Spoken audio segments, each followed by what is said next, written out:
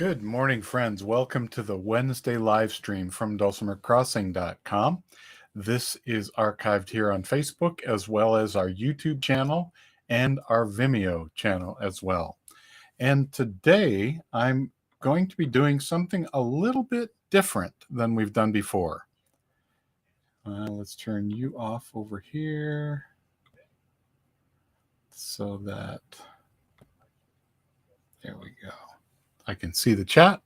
So today we're going to focus on a jamming skill that we don't often talk about in the dulcimer world, or some people do. When you're in a jam and there are guitar players present, what they're doing on their guitar by making chord shapes is something that guitar players long ago discovered. I can watch the guitar player across the room because I know those shapes in my hand and I know what that feels like.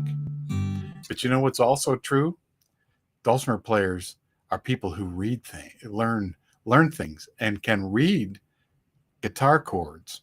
This is the kind of thing, if I'm in a setting where I'm in some kind of a jam session or a playing situation where people are playing music I don't have, and I don't have sheet music for it, they might have told me the name of what the song is. I might even know the name of the song.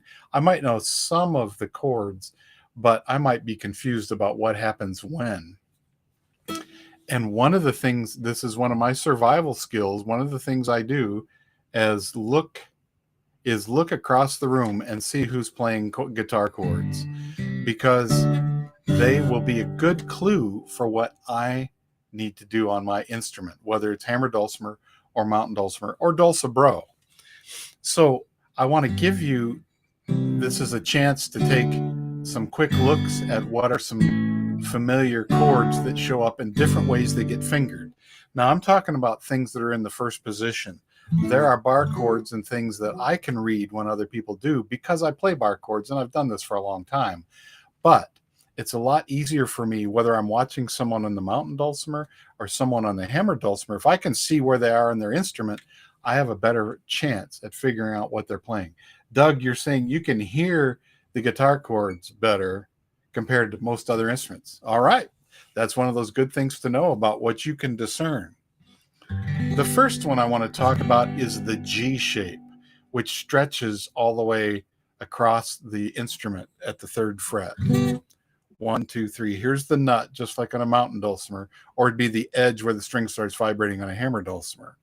So I'm reaching across in the 3rd fret. It's a stretchy reach across kind of chord. Now, opposite of that is one that hangs around just on these highest strings. Now, I'm not talking about highest based on the floor. I'm talking about pitch. So it's a little triangle that leaves 3 strings ringing open. So that's the G chord. This is the D chord. Those are 2 of the chords we see quite often. 2 of the chords there, get it into the other camera. 2 of the chords we see quite often when we're playing in the key of D. There's another chord called an A. Now I finger that often with I don't let my first finger play, but the thing is I'm covering 3 strings here, the D string, the G string, the B string. I'm using my smallest fingers, but that's not how everybody does it. But the point is I'm stretching across, I'm playing in a little triangle here, or I'm playing in the 2nd fret. Now, some people will play this way. Their pinky will not be involved. They'll have 3 fingers with this one being behind the other 2, or they'll have them in a row like this, or some people will use their finger and bar just like this, and they have enough of a bend in their first joint that they can play 3 strings and lift up so that high E can ring again. Those are all ways to play the A chord. So if I'm playing boil them cabbage down, boys turn them hoe cakes round, the only song I can sing is boil them cabbage down. Take it up.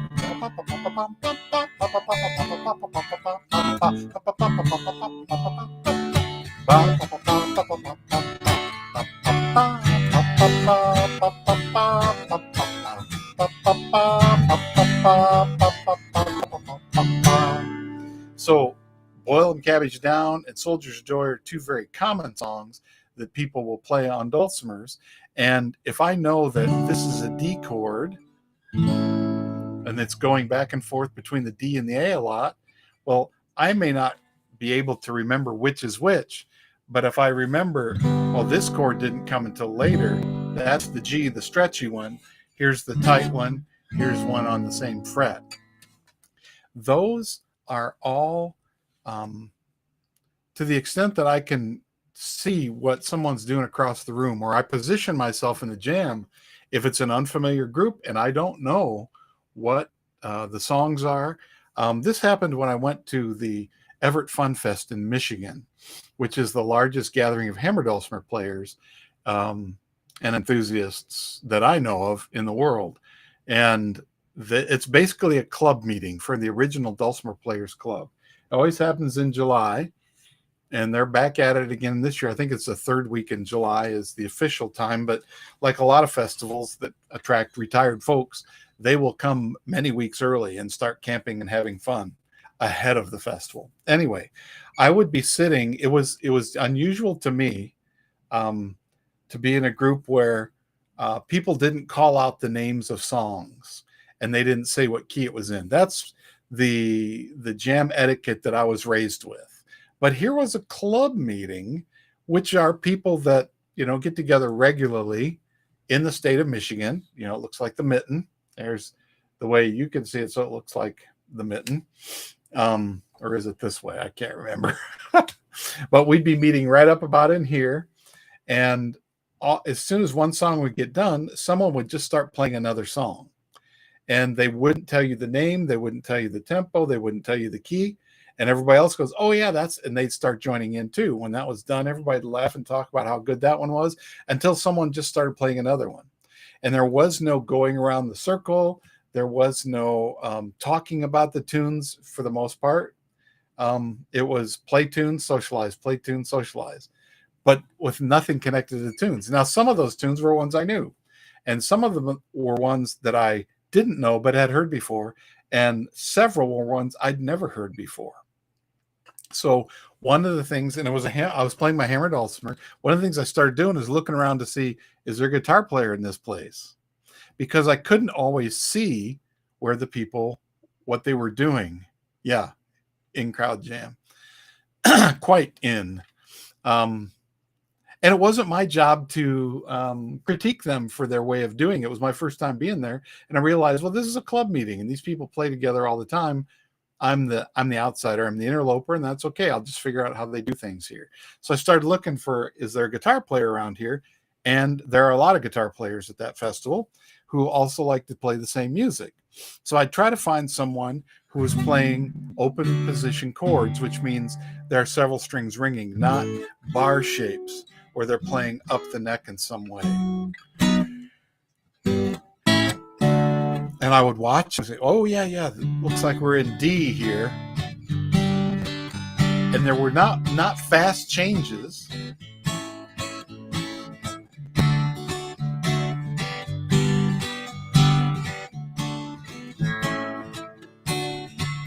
Well, if you haven't been to that one, this is the only jam I've been to that's like that, Doug. And not every circle of people who are playing, because this is at a county fairgrounds, and you can have one jam in the goat barn, one in the rabbit barn, one in the cow barn, one outside on the pavilion, one over under the street lamp, one in somebody's camp. There's tons of ways that jams happen. And so one of the things I've also decided that I'm going to do is, if it doesn't feel like it's fun for me, I'll just get up and go find another one. It's kind of the biblical, if they don't accept you in the town, shake the dust off your shoes and go on to the next town. Don't let some people's focus on what they're doing, rob you of your musical joy. So what I started watching is who's doing what and how fast are they doing. It's like, okay. And I wouldn't try to play. I would just watch and see what's going on. Yeah, it looks like a D chord.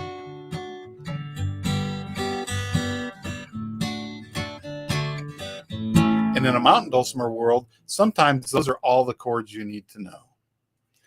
However, in the hammer dulcimer world, people play in different keys, and a lot of times for fun. Sometimes it's because of the way their instruments are laid out. Oh, that's the other thing I wanted to say about Everett in Michigan. There is a whole Michigan tradition of the dulcimer, which is not necessarily the same as the dulcimer tradition throughout the rest of the United States. And that is, there are a lot of builders who build with a fifth tune bridge on the treble side, but the bass bridge is different. And some of them, Bill Webster built a lot of instruments with an octave bass. So on the same size instrument, you have a lot more range on this side. You got some more low notes, but your fifth patterns only work on the treble bridge, not on the bass bridge. And that means when I'm watching someone, if I don't know what kind of an instrument they're playing, I may not have something that matches mine, which is another reason to look at the guitar player. Now, if they're playing in G and they play the G and come over and play the D, I'm doing okay. But what if they do this one, which is a slant across the strings? Oh, well, in the key of G, handy dandy chord finder, G, A, B, C, and D. I have a G chord, I have a D chord, now I need a C chord. Here's my G, which is stretched across at the 3rd fret, D, which is crunched all together in the 2nd and 3rd frets on the lower part of the instrument, but the higher strings. The C chord is stretched out like this. So it's often common for G, C, and D to play together. So if I'm playing a song in G, that's going to be a common thing for me to do. Those are the ones I'm going to notice. However, for guitar players, getting from D to G, it's just always going to be a challenge. But the interesting thing here is this finger goes from the 3rd fret to the 3rd fret. These fingers are together and they just stretch across and stay together.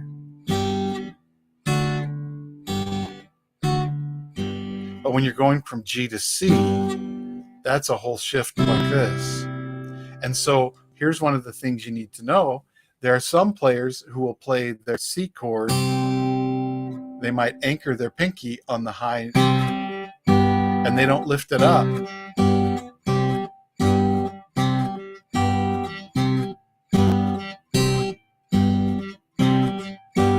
And that's how they get from their C to their G. So you might not see their hand reach like this, but it's going to produce the same sound. And that's really true for songs where the G and the C change fast.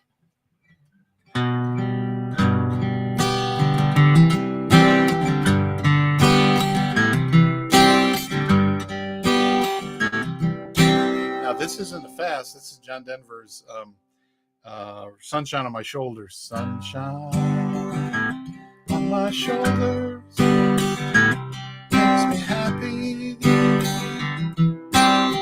Which is how I learned this little trick of how to play this G chord this way. It's not happening fast, but it's happening over and over and over and over again. And if I anchor that pinky, it's a lot easier for me to move between those two chords and be accurate. The thing I want to impress is this is a G chord, this is a G chord, this is the C chord, this is the D chord. Sometimes there'll be this one, which is a D7. It's still a little triangle all squished together.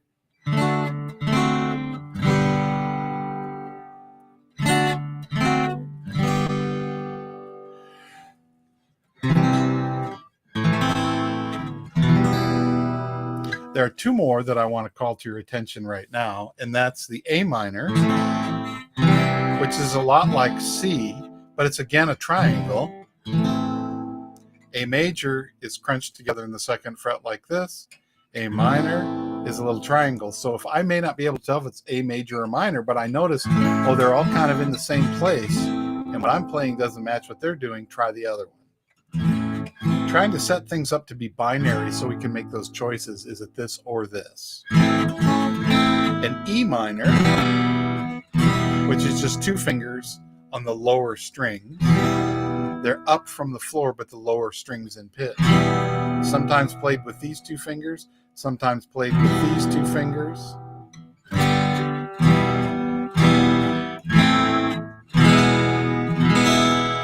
And this triangle, whoops, I forgot to change my camera so you could see all these. I'll go through them again with a closer camera. Here's E minor. And a lot of times G and E minor. I wanna give. I've been a miner for a heart of gold, but these expressions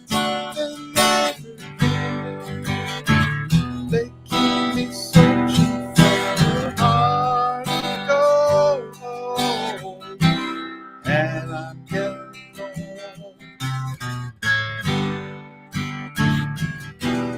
So Neil Young's Heart of Gold goes to E minor, C, G, and does a lot of repeating of that. Now, if I can read that from what the guitar player is doing, doesn't matter what other instrument I'm on. If I know my chords on my instrument, I can play along. And that's what a jam session is. It's playing out of a book is not a jam session, but that doesn't mean that books are unwelcome at a jam session. A jam session is where we take the songs that we either know or are learning and play them. We just sit down and play. And there are good question, Talon. I'm going to answer that. There are times when I have a friend who has a lot of songs on 3x5 cards with holes punched in a big ring, and she has the name of the tune. Maybe she might have printed off the first line of music. She might just have the key signature, the time signature, and what's the starting note. But it's a way to say, oh, yeah, that's this one. That's this one. Because a lot of times we get to know a lot of tunes and we forget the names of the tunes. And when it comes time to play, we might remember the name of the tune, but not remember how the tune goes. So that's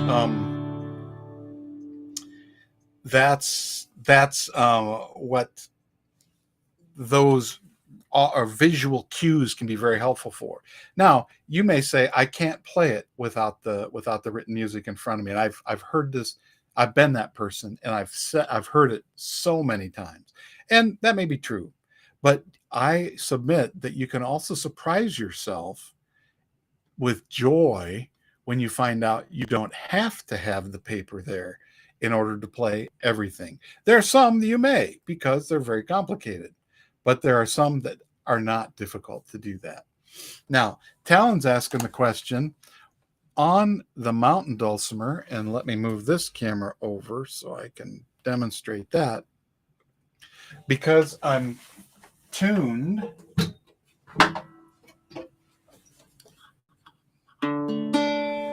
on this particular instrument right now. I'm tuned to DAD.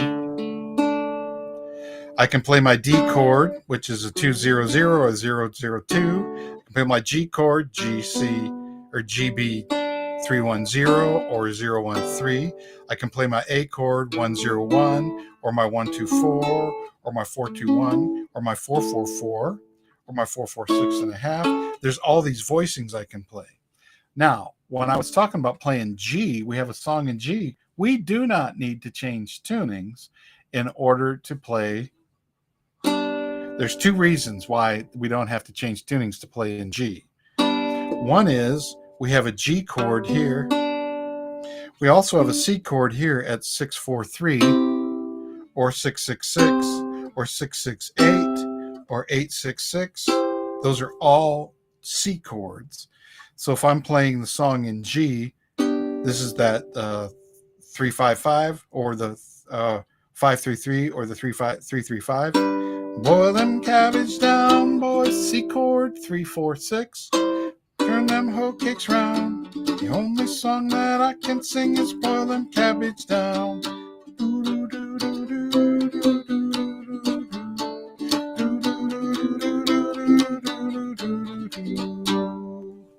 Now, if I wanted to play the Neil Young song, I wanna leave. Whoops, so I've started on G.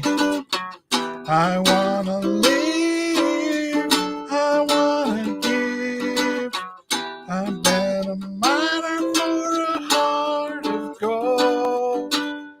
with my E minor, going to my C, my D, and my G.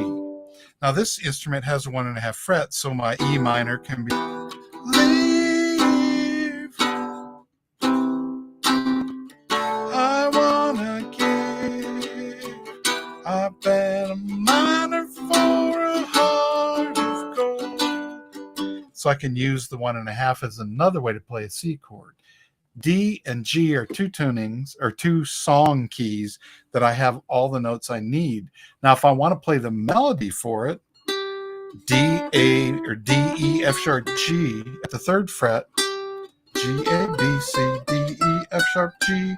As I walk up the scale and use 6 instead of 6.5, I've got all the melody notes I need for the key of G. So I don't need to retune in order to play a song in G. And if I figure out they're playing in G, they land on G, that's the end chord. I can, I don't need to add, I don't need to retune. I need to add a capo. I can just play my G chords and I can play my scale from 3 to 10. On the hammer dulcimer, again, all I have to do, if I know the song, so and this is, I've told this story before, but I'll tell it again because it's just fun. Golden Slippers is often one of the first tunes that hammer dulcimer players learn to play, and it's in the rest of the world it happens in the key of G.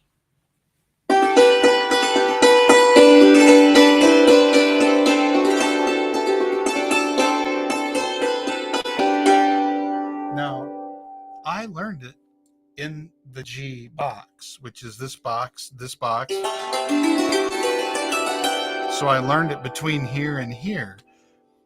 But in the mountain dulcimer world, a lot of people learn it in D.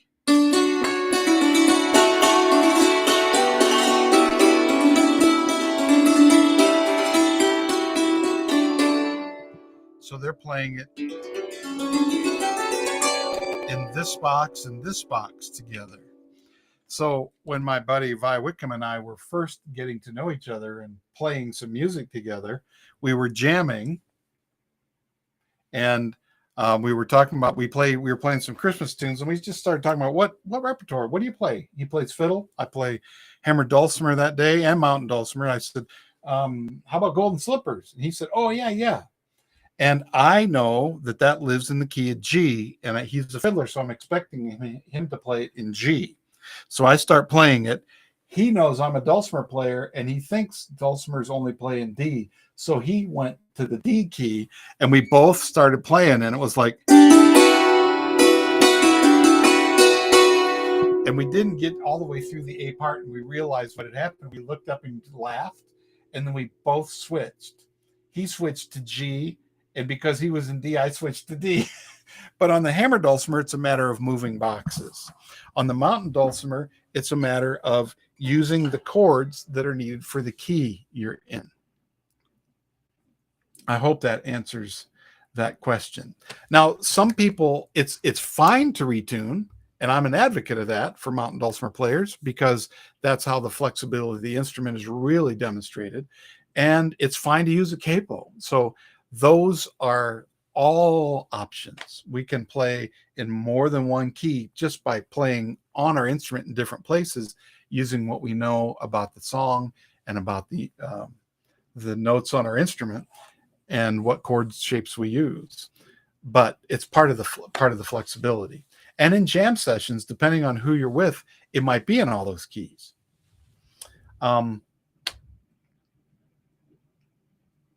Are there any other questions about that? So we looked at the G, C, D,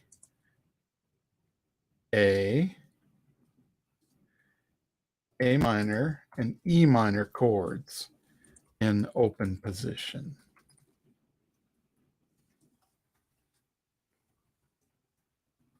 Because those are ones that often, oops, no, it's not that.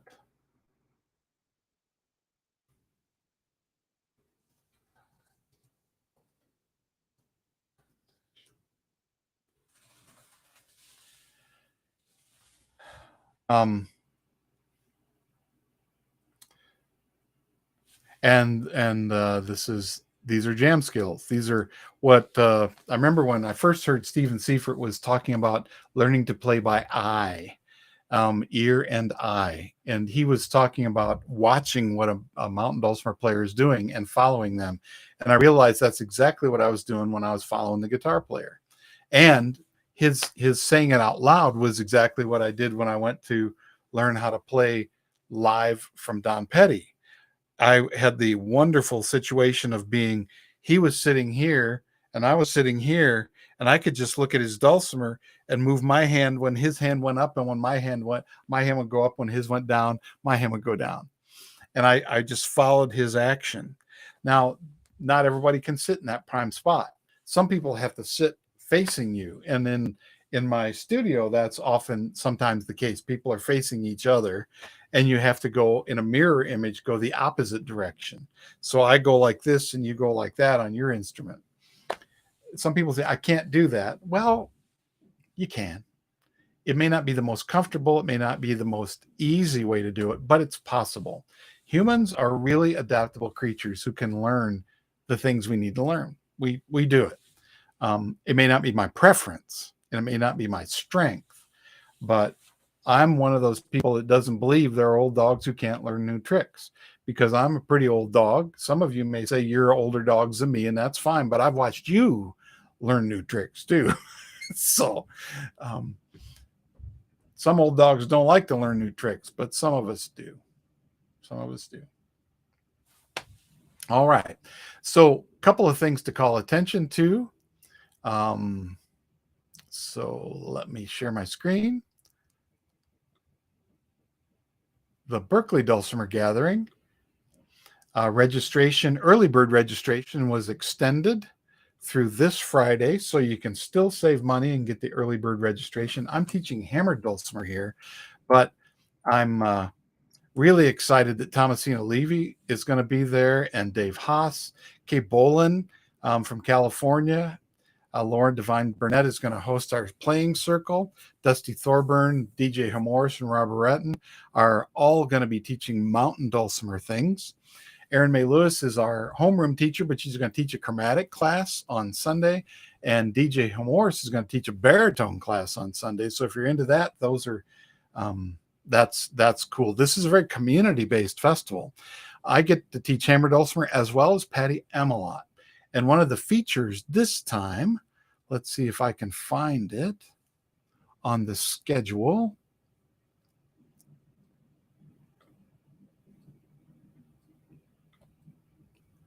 And did that stay?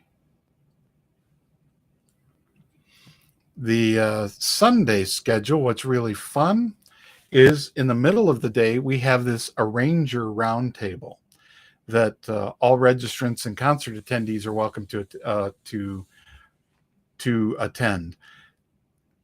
This is for people who arrange music for ensembles, mountain dulcimer, hammer dulcimer, any kind of mixed dulcimer ensembles. What are our strategies? And there's Kirk and Judy House from the First National Dulcimer Orchestra, Mac and Melanie Johnston, Tal Glazner, Patty Emelot.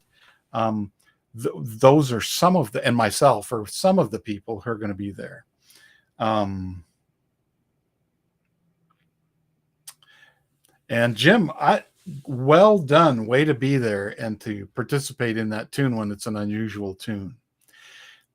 So the registration deadline is this Friday for early registration. The festival is the teen weekend of May. So it's coming right up. The other things I want to call attention to, let's go here.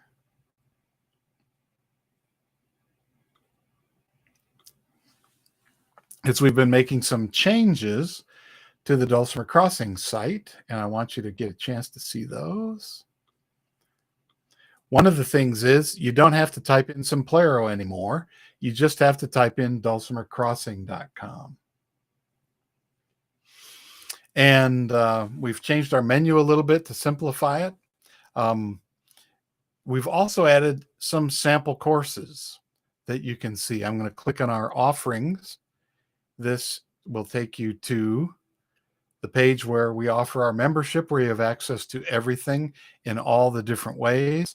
We also have some a la carte individual courses, which just focus on particular instrument, like Absolute Beginning for mountain and hammer, dulcimer, chromatic, and dulcibro. And we also have these sample lessons where you can go through and sample several of our different teachers, all the different levels we teach for mountain dulcimer and hammer dulcimer, Aaron May's chromatic and dulcibro, as well as Vi's fiddle lessons. So that's a way to sample what's going on. And that's new. We haven't had that before. So we keep working on things. And we want we want Dulcimer Crossing to be a resource that can equip you to do what you want to do. Both Linda and I always lived where there were no other people who were playing. And I know some of you are blessed to be in a place where there are other people playing, and you can learn from each other. And that's wonderful. We're so delighted, and we just want to provide a resource that can suit even the people who play with other people, and the people, as well as the people who are alone by themselves, and they are the only one they know that plays. So that is our live stream for today. I will look forward to seeing you next week. As I said before, this will be archived here on Facebook. It'll be on the Dulcimer Crossing site. It will also be in our YouTube channel and the Vimeo channel that we have for Dulcimer Crossing. As always, if you have topics, or there are things that you think are missing, or there's a question that just pops up in your playing, like Jim, they played a song in C sharp Dorian, and since the chords were those two things, you played an E power chord, which gives you to the notes until you figured out where the G sharp was. Yay. We don't have to play the melody to be a part of the jam. Maybe that's that'll be the tagline for today. I'll see you next time. Keep playing.